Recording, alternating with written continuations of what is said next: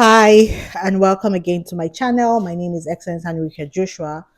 Over the last few days, we've been talking about mastering the graduate school application process for African students who want to study in the United States. And we have gone through a lot from your application um, to deciding the program you want to study and funding and so much more. We have a couple of videos left, which is understanding the application process, preparing for an interview for those that will be having an interview. Then after applying, what next? We're also going to be talking about navigating the visa process as well as adjusting to life in the United States.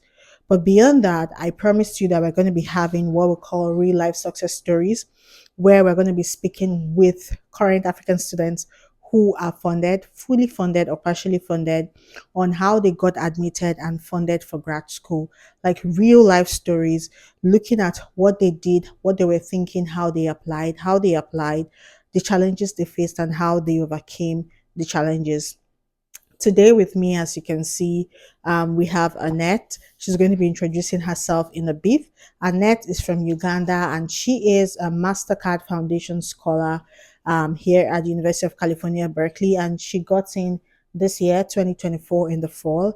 And so we're going to be hearing, she's still a little bit fresh. So we're going to be hearing her perspective. I'm saying a little bit fresh because their cohort ushered a new era for us here at Scholars Program. They have the highest number of scholars compared to previous cohort. I think they are double the number in their cohort than ours, right? So I want us to hear her perspective, and I'm really glad that she's making our time to do this with us today. So welcome, Annette, to my channel. Thank you, Excellency.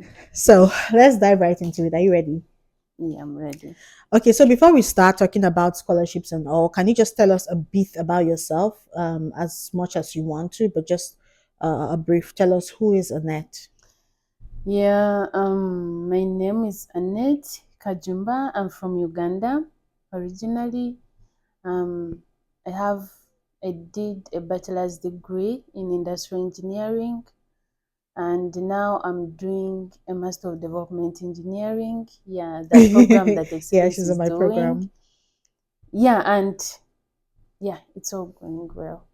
Amazing. Development engineering. We are wrapping up. They are the new Yeah. cohort. So tell us, why did you choose development engineering and how has it been so far? Um, The reason why, first, it comes from experience.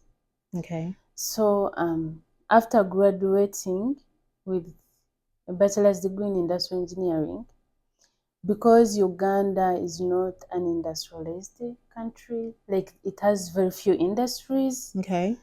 So, first, I realized that I was going to struggle to get a decent job when I used to fail to get internships related Okay. to this degree that I was doing.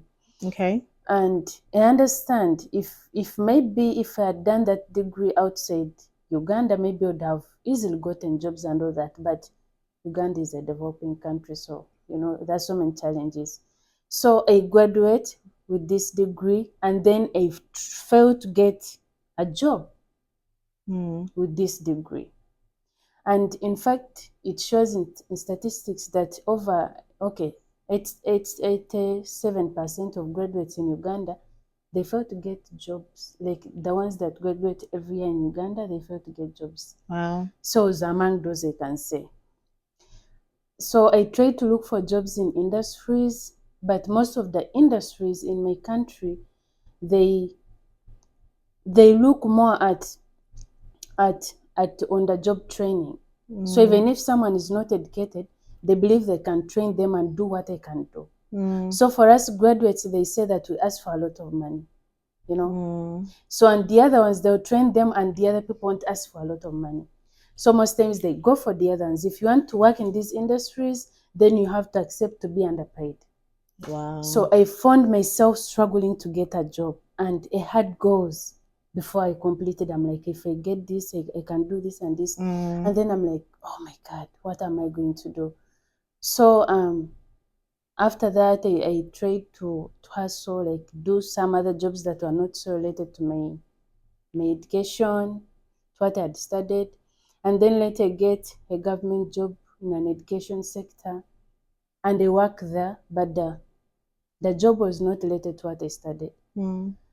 So that's why it came from. Was like, I think I should do my masters, but I'm going to do a master's degree that is not specific, like Mm. that is not saying that. Maybe I can say industrial engineering, because someone with industrial engineering you're expected to work in industries. Okay. Yes, if you're doing a degree in civil, you're expected to be in construction. You Mm. know. So I was like, I think I just need to do to master in a program that is not, Mm. that is, I can say, diverse. Okay. Like, Yeah. Multidisciplinary. yeah, so that's why I did this program, development engineering.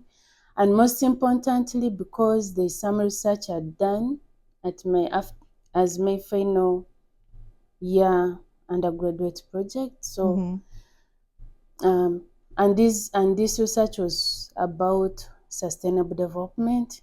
So it gave me this passion for sustainable development, like to contribute to sustainable development goals or sustainable development in Uganda. So when I saw this program, I was like, I think I need to apply for it. And trust me, I'm not regretting the reason why I did it, because even just in my first semester, I feel like, oh my God, when is this program ending? And I work on all these ideas I've gotten. Yeah. So I feel like, in fact, the program is pushing me more into entrepreneurship, which is good.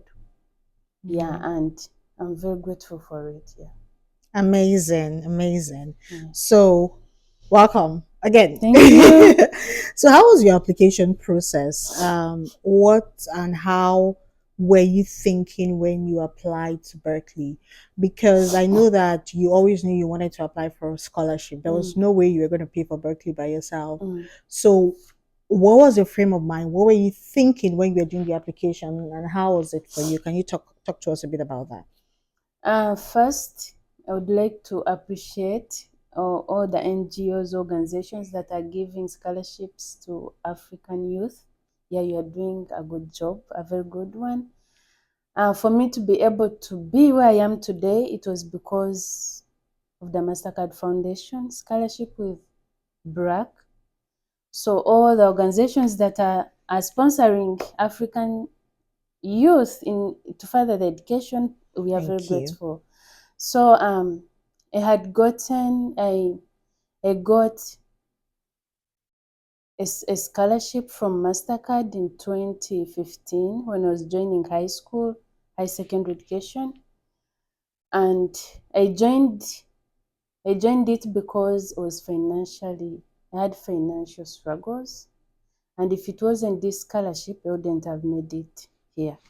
Mm. So that's how I got to know about MasterCard Foundation. And then we used to have conferences or workshops that really changed my life, like that. It helped me in the way I used to look at things. So it's like, if I can get this opportunity again, I know I'll learn a lot of things. So that was one of, Yeah, go ahead. yeah. So that's how I knew about Mastercard Foundation, and I knew that after at least 1 year of being outside trying to see whether the program I had done at my undergrad was okay. Sometimes I don't support people who say, I've just graduated and I want to master. You need to Mm. first practice what you have Mm. learned. To first find out whether there are people who will take you in. So I knew Mastercard Foundation, and also I was on platforms that used to share this kind of scholarships. Mm. So that those scholarships that are really known, that they really fund students fully. You don't Yeah. need to struggle in anything. So I got Mastercard at Mm-hmm. my in my high school, and they were paying for everything. I don't remember struggling. Then after I go to the university, I get the government sponsorship. Mm. So for me, I thought the government sponsorship was going to be like how Mastercard was doing. Yeah. So I realized they were not supportive like Mastercard. Mastercard. But I don't regret being under that leg. It was okay because I was able to complete. So and then Yeah, so I knew about Mastercard Foundation. So I told myself that for my master's degree, I think I just need to look for another scholarship that is similar to Mastercard Foundation. So I knew some scholarships are different at universities that Mastercard partners with. So I tried to check the courses they were doing, and yeah, I tried to apply to them. And also there is Commonwealth shared scholarship that I knew, and I also tried to apply. Did you say? Yeah, we'll talk about that one later. But now I want to talk us about Berkeley and MasterCard. So, are there particular things or steps you did in your application Mm. because you knew you wanted to be positioned for the funding and to get admitted and then to get your MasterCard scholarship? Did you speak to the program director of development engineering at any point? Did you contact anybody in the MasterCard Foundation? What were you thinking, or did you write it somewhere in your SOP or something? What was it like? Mm. For me, as I said, I had developed a passion for sustainable development, and also I was attending before starting my applications. There are so many online programs that were going on Mm, about climate change, uh, education, sustainable development goals. So I used to attend them. So these programs, they kind of pushed me, you know, into taking a course that was more related to sustainable development. So when I was applying, mm-hmm, I didn't contact anyone. mm, In fact, I started with industrial engineering and operational research. It's mm. one of the programs that Mastercard Foundation sponsors. And then I realized I'm like, I'm going to graduate with this degree, but I know I'll go through the same struggles. Mm, So I just changed to mm, development engineering. So in my application, in fact, I don't remember contacting anybody. anybody at UC Berkeley. I just did my applications, my essays, I wrote them the way I thought was the right way. And more like I tried to write what I thought, Yeah, like when I was answering those questions, or what I thought about sustainable development, how the goals I had were aligning with the sustainable development goals. So I didn't contact anyone at UC Berkeley or in the Mastercard Foundation amazing. office. Yeah. Amazing. So looking back now in retrospect, you have met members of your class, that's your cohort, both in MasterCard Foundation Scholars Program, as well as the Development Engineering cohort, your class. And if you might have an idea of what when you were applying, what you wrote and all of that, what do you think might have stood out for you that made them select you? I know that there are many factors that are considered into the selection process. Just like you, when I was applying, I didn't contact anyone. Mm, I just did my thing. But when I came here and I began to meet people and sing, I was able to identify what they must have seen in my application that enabled me get a waiver, get admitted, all of that. Like I was able to see, oh, this was a great fit. This was what happened. So, what do you think, if you're just to share three things, it could be one, but maybe three, that you think this made me get admitted and this gave me funding? Yes, for Mastercard, they need you to demonstrate financial constraint, and yes, you had that. But what else do you think else do you think made you stand out? Berkeley has so many applicants every year, and most people applying here are really bright and have fantastic results. And even when you go to school, you meet really exceptionally brilliant people. So, what do you think might have qualified you to be selected? mm, that's a tricky question. Yeah, no, you don't have to, like, the question is not to say this is it because it might not Mm, be it, but yeah, you might think, I think maybe I don't know, I'm not sure, it could be this, because I realize that there are a lot of factors that they used to consider, and yeah, there are also some very good people that they actually decline. Doesn't mean they are yeah, not good, but there are a yeah. lot of factors. But I'm just saying it, so just if you think maybe when you were working through it, there's something that stood out for you. You have talked about just the sustainable development you talked about. Mm, Maybe you were able to communicate it well enough because you had gone through so mm, many trainings and through that mm, process. So I believe that might be one thing that might have so that this person knows about the program and is a fit? Or what else do you think might have stood Mm, you out? first, I got the application fee waiver. Okay. Yeah, I got that. And it's because in most of my applications, I brought it out that I was financially unstable. If they didn't sponsor me, I wouldn't have made it here. And then I think my research too, Mm, because I had done a research on sustainable smart packaging mm, materials, and this was all about reducing plastic pollution mm, and also promoting food security. mm, So my undergrad research was good. Maybe it mm, could have been one of the things that, you know. And also, I feel like if you really show them that you have been learning, let me say maybe there's a fellowship that is you find and you attend it, like yeah. you are you like they call it continuous learning, like Yeah. being curious, like you love learning. How can Yeah. I say it? Yeah. Um, and the things that you are learning are related maybe to what you'd love to pursue. Also, that one can help you. Yeah. Um, I think also, there's something I want to say there mm, before you move to the next point. And it's something that I've been telling you all that watch me. And I said, it's important that you're able to communicate your interest. And mm, I think that's what she was able to do.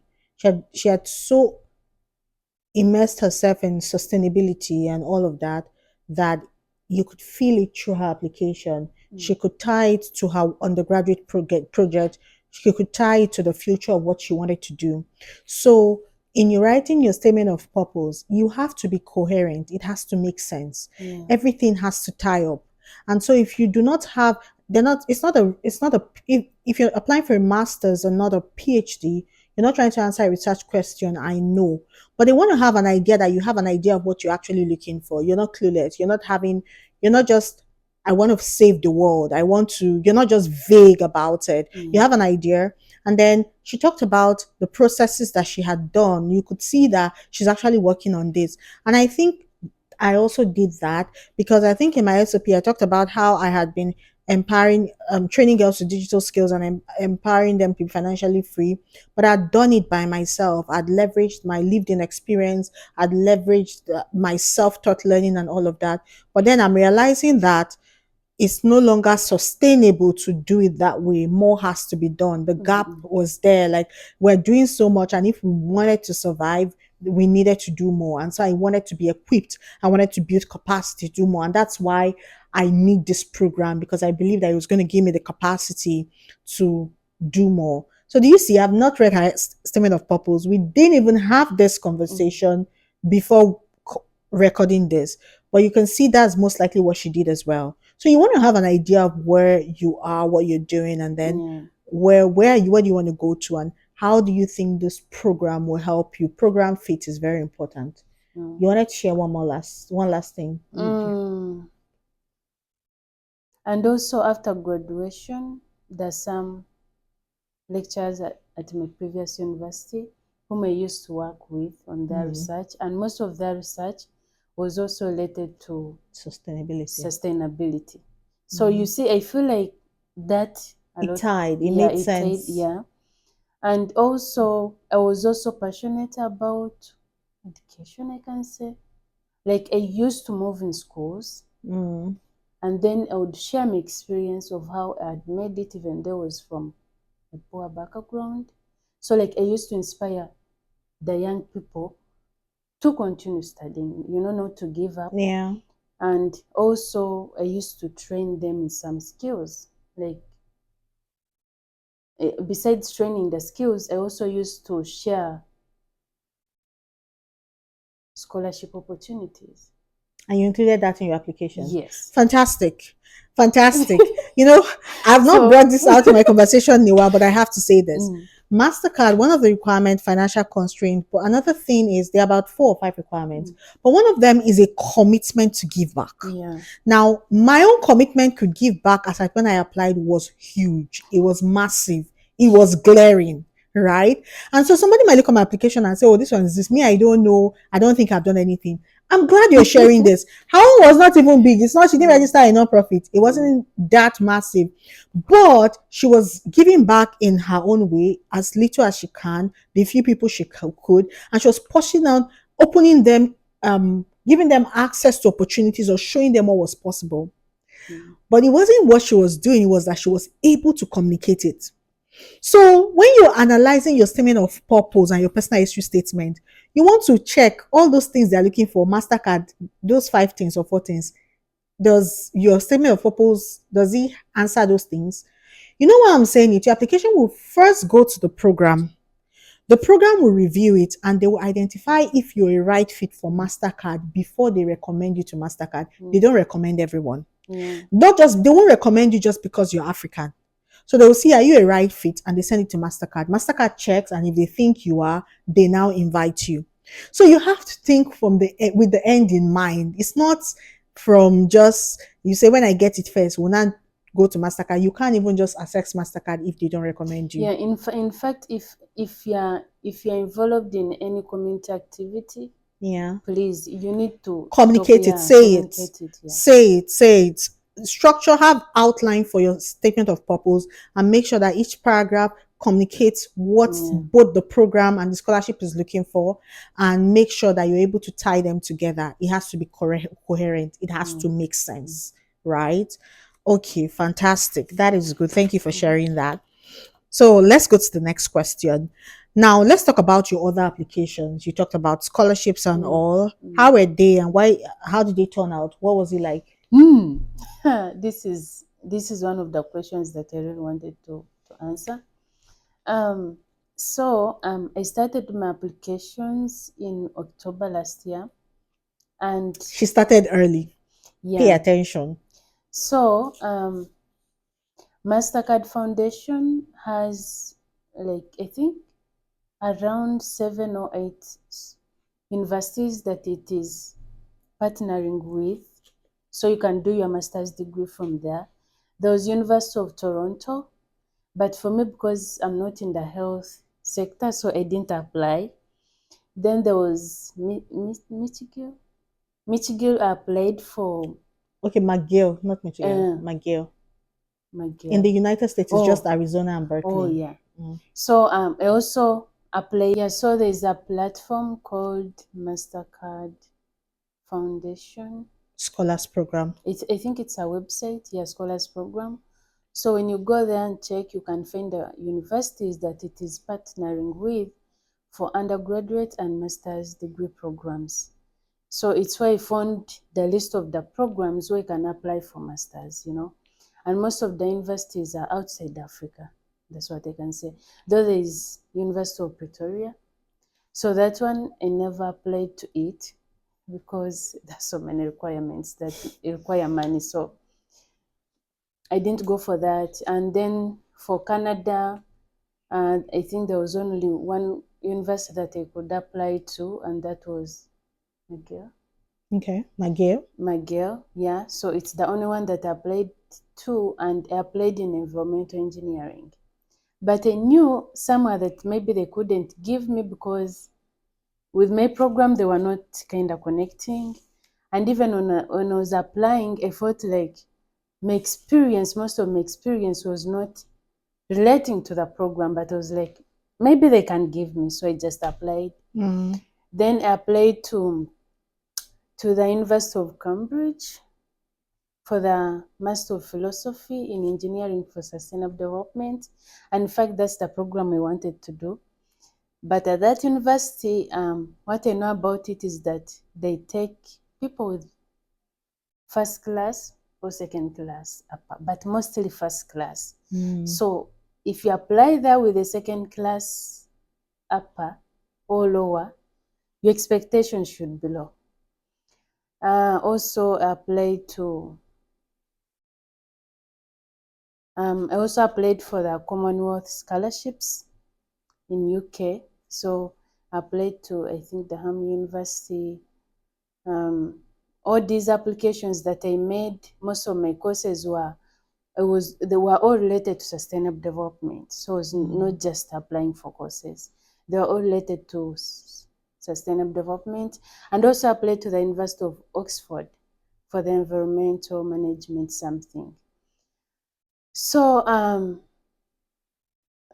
my application at most of my applications, the fees were waived, so I didn't apply for any. How are I you mean, they getting all didn't. this application waivers? The fees being waived. How are you getting them? Um, most times when you apply, most times they tell you that when you start your application, you need to make sure that you already have your recommenders, like 3 of them. Once they submit Recommendation the letter. recommendations, and you also at least submit your statement of purpose, you will receive at least an email about the application fee waive, like that you fill it here. So that's what I know. In fact, most people, I'm telling them, if you want to get a fee of something, like, you need to make sure that your recommenders submit the letters on time, and also you submit at least a statement of purpose. Yeah. Yeah, so you need Okay. to look at that.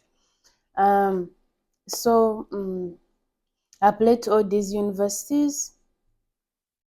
All of them was relating. It was relating to what I was doing, like to how my experience relating to the programs I was applying. I was applying for. So and among all the programs I applied for, I only got response here at UC Berkeley. At the University of Cambridge, where I really wanted to go, they didn't accept me, but I know maybe it was because of my grades, because for them they're strict. They tell you want first class, or if you have second class lower, you should have 4.0 to Oh, 5. I Yeah, so see. if you're below 4, your chances are low. And then I also got in UK under the Commonwealth scholarship. Mm. Yeah, and but at the University of at the Ham University under the Commonwealth, was not okay. They sent me the email after the Mastercard Foundation, so I didn't continue with them. Like, I Wow. had already taken my decision to go with them with the Mastercard Foundation Scholars Program here at Berkeley. Okay. Yeah. Nice. So for a young man or woman who just graduated with good grades, Mm, say first class or a second class upper from Africa, mm. and who would love to study in the United States fully funded, what must they know and how should they go about it? Mm, One thing they should know is that fully funded programs, most times they take people who are really, you should be excellent in, you should have done well in your studies, in your undergrad, and also you should be having financial, like, you can't study here in USA without a full But most Africans can financial. really study here in the United States without full fund. There are some who can. I feel like there are some who can. Yeah. So you need to state that in your statements. Yeah, you need to state that in your statements. Um, Another thing is that, for example, if you have just graduated, one thing I can tell you, I'm someone who loves watching videos before I take a decision. Like, at least I Mm, look for videos related to what I'm trying to pursue. yeah. Yeah. So I tried to watch videos. I found videos of people who said they came outside Africa to attend the education and they were still employed. Why? They still went for the programs that maybe they had not tried to look for jobs. Like, after undergrad, they didn't work. Mm, So now they go back to Africa with their masters again. They struggle to get jobs. Like, the market is low. mm, Like I told you, the industrial engineering, the mm. market is very low. So one thing I can say is that at least, Have a little bit of experience. yes, when you graduate, then work that 1 year. Like the year you graduate, you look for a job related to your area of study. You know, you first try to look for a job related to that. Is it easy to get? You No. know, give it that 1 year. You know, and then once you get that job, I know you find you find something like you'll be doing, and then you find you are more interested in that, and then you'll be able to look for what you can master in. Yeah. Yeah. And so what I'm trying to say that don't graduate from your undergrad and then you say, "Now I want to go for masters." That's not the best advice I can give you. All scholarships, they require you, if you want full funding, all these scholarships require you to go back to Africa. Mm. So that program that you want to do here, be sure that in Africa it can get you a job. Or you come here, you study here, then you go back to Africa, then you find yourself unemployed, Yeah. and which won't be a good image for those ones who would love to come. And also, you need to be true, true, true. Truthful. Yes. Um, Whatever you think that can support your application, please mention it in your. There is this other statement they call personal history Stay. Yeah. Personal story. history. Yeah, if you have gone through some kind of hard life, please, you know, find a way of mentioning that, Mm. so that they really see that if they like maybe if it wasn't, for example, for me, if it wasn't the Mastercard Foundation at BRAC in my high school, I wouldn't be here. So I feel like mentioning that just helped me, my Yeah. department, to recommend Refer me, you. yeah, to recommend me for the Mastercard Foundation scholarship. And also you need to, if you know that your grades are not good, um, try to look for a program that relates more to your experience. Mm. you know yeah, so if you have worked more in education, please look for a program that is in education, and it like you find all your the statements that you are writing are easy to write. You are not Yeah. forging things. Yeah. Yeah, so look for programs where you know that you can easily. Your strong suit. Yeah. mm, I think that's all. Fantastic. Okay. So, did you face any challenges while you were doing all of this, and how did you overcome it?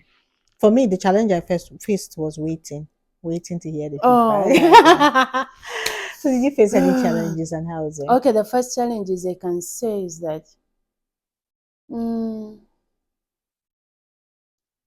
um, English is not our net. Mm. Yeah. So sometimes, sometimes when you are rating, you need to mind about the word limit. Mm. My application at the University of Oxford was incomplete because they told me to submit the written work in less than 2,000 words. For me, I didn't care about that. I just went and, wrote my thing and then just uploaded without Mm. knowing that the words were more than what they wanted. And that one made my application incomplete. So better you need to look through that. So one thing is that most of my statements, when I would sit and write, I realized that I was writing them in more words. Mm. The words would exceed. Yeah. So most times I would write my statements, and then later I post in ChatGPT, and then I request it to summarize for me. Like if they said in 500 words, I say in 500 words. And then after I copy it, then I edit again. Mm. Yeah, I add it in my own I want to things. talk And about those using ChatGPT and AI to write your SOP. there's a trick to it, and you must not copy exactly from Yeah, ChatGPT and submit. yeah, In fact, if you do it in the UK, they're going to flag it. In the US, you might be able to get away with it to a large extent if you have humanized it and done some work on it. yeah, So I think I should add that to part of the lessons that I want to talk about, yeah, using AI to work yeah. on your application. Yeah, so Okay. you need first to do your own rating, then you just post in ChatGPT for Mm, it to just help you summarize, you mm. know. Um, the other challenge is that they had told us that they would respond to us um, before March would end, and then they didn't. So for me, I was there, I'm like, maybe it failed, maybe it didn't go through. And then it became so, I don't know. I don't want even to remember what I went through that time. Oh, like one thing I Yeah, can that say is waiting that was a lot. when the year started like this, I knew that I'd made many applications. I think there were 6. So I started receiving rejections in Feb. I was there. I woke up to a rejection email from the Mm. Mandela Fellowship. I was like, okay. I was there. Then also the University of Cambridge sends me a rejection email. Okay. You know, some people better get depressed because of that. Yeah. So I We're going to be kept, talking about yeah, handling so I kept rejections. receiving those rejections, and then later I received the email from Mastercard that like, your department has selected you. Please fill this. So I filled it on time. Then I had my interviews. One thing I can tell you is that for my interviews, I feel like I think I'd never done interviews.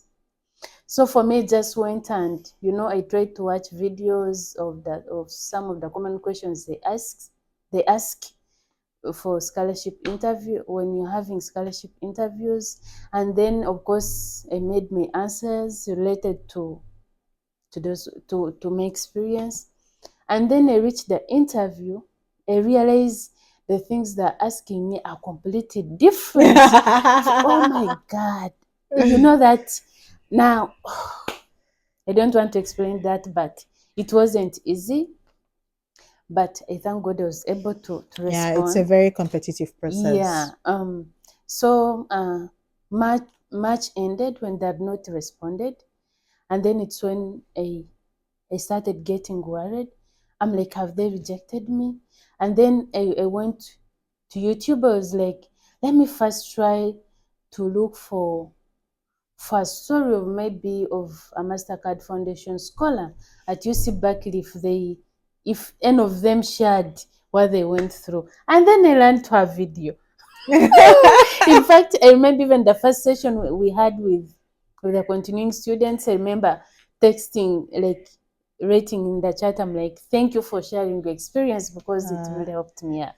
So I watched her video of her the waiting, like she calls it the journey of faith. the journey of faith to UC Yeah. Berkeley. So I watched it, and then she says she also waited, I think up to 9th of April, April, yeah. and then it's when you receive the email. But I think you are also told before that. Yes, ending of So March. for me, it was worse. April started.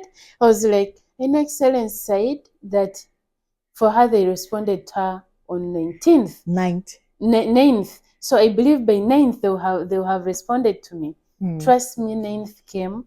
It passed. Now when it came and passed, it was like, I think with Mastercard Foundation at UC Berkeley, I have Yeah. given up now. Because among all my applications, I was waiting for the response from UK. Mm. And I feel like for that one I was going to get it, the Commonwealth. So, and one thing they needed from me was the English test results, and I'd not submitted them. So I'd started getting money to Right. pay so that I can submit them, and they give me, like they'd given me a conditional offer. Okay, okay. Yeah. So they were waiting for me to submit that, then they give me a full one. So I wait, and then when that date passed, I was like, I think they have not given me. I took my thoughts away from UC Berkeley or USA, and I was like, I think let me now focus to The UK. UK. And then later, I think it was on 15th, 16th of April. Yeah. It's when I was there doing my own things. Like my email is connected to my husband, like is also in my husband's phone, so he can see my emails. I can see his emails. Yeah. So it's him who saw, and he knew that I had given up on the scholarship. I'm like, I think this one has gone. And then he's like, have you checked your email? I'm like, no. Yeah, you check. There's some good news. Oh my God, I found a scholarship. People was Oh happy. I my god. was happy. I couldn't believe it. Oh my God, for sure, God is Yeah. great. But I did get, like Yeah. Yeah. my focus Yeah. had. But Oh my one thing I thank god. God is that I Yeah, it's a wasn't beautiful depressed. experience. Yeah. I wasn't depressed. And one thing I can tell you that in your applications, just tell yourself one thing.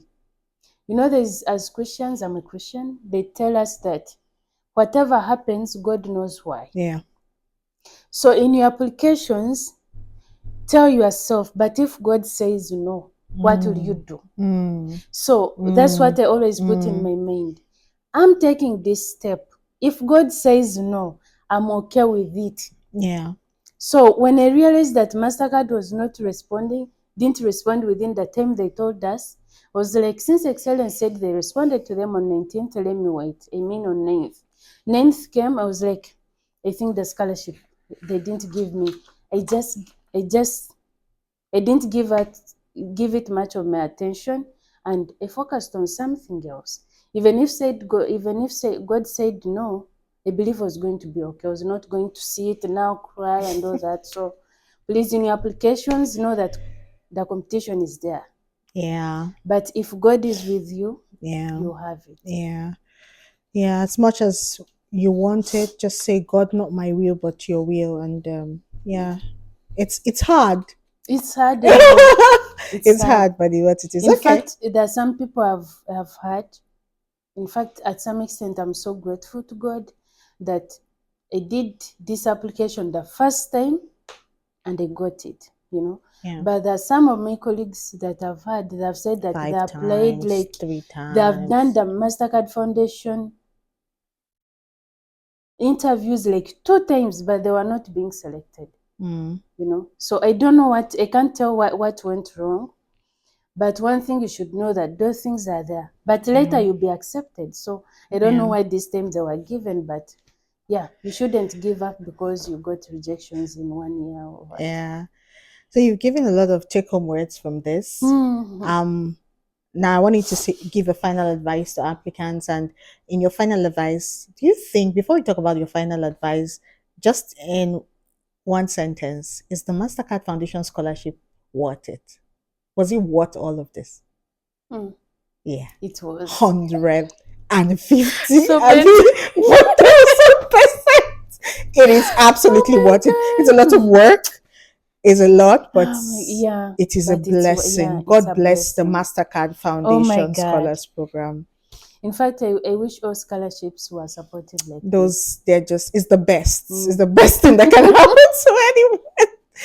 So, what final advice will you give to those aspiring to apply? Any final advice? Yeah, the final advice is that please, if you are if you are seriously applying for these scholarships and you really want to come and do your masters, please give it your time. Yeah. One thing I can tell you, for me, when I was applying, I really wanted to come and I had a job. And the time I feel like with the applications that I was making, I had limited time. So I'm sorry to say, but I used to dodge work a lot. Mm. And not because, like, I felt like I was working at this place, but the place wasn't taking me anywhere. Mm. Like, that pay was low, they were not paying well. So I'm like, I think if I really want to leave next year for my master's, I need to focus on this because this can change my life. Yeah. So I focused on these applications. I gave them my time. My statements, I would go through them like 3 times, you know. Even though ChatGPT would help me edit, but I made sure that I go through them. I be Yeah. sure that whatever I had written in the original statement Yeah. was in this edited ChatGPT Yeah. thing, you know. So please give your Give them applications time. best. Don't just copy and paste stuff. Give your application time. And also, if you have just graduated, please get involved in community Work. activities. Yeah, Yeah. community work. We have Rotary clubs. We have, if you know that you have some kind of skill you can share with children in schools, please do that. And if possible, so take pics. Take pictures. Yeah, take pictures. Documents. Take pictures. Yeah, Documents. Yeah. because these essays, they give you an option. Like if you have written a Word document, like you can put, they call it hyperlink. Hyperlink. Yeah, so you can just put all those photos in a document, then you put that as a link. They can see your photos of the Yeah. work that you're doing. And also, don't just say I'm applying for this program because I will be in USA. Please be there are so many training programs online and conferences. Try to attend them.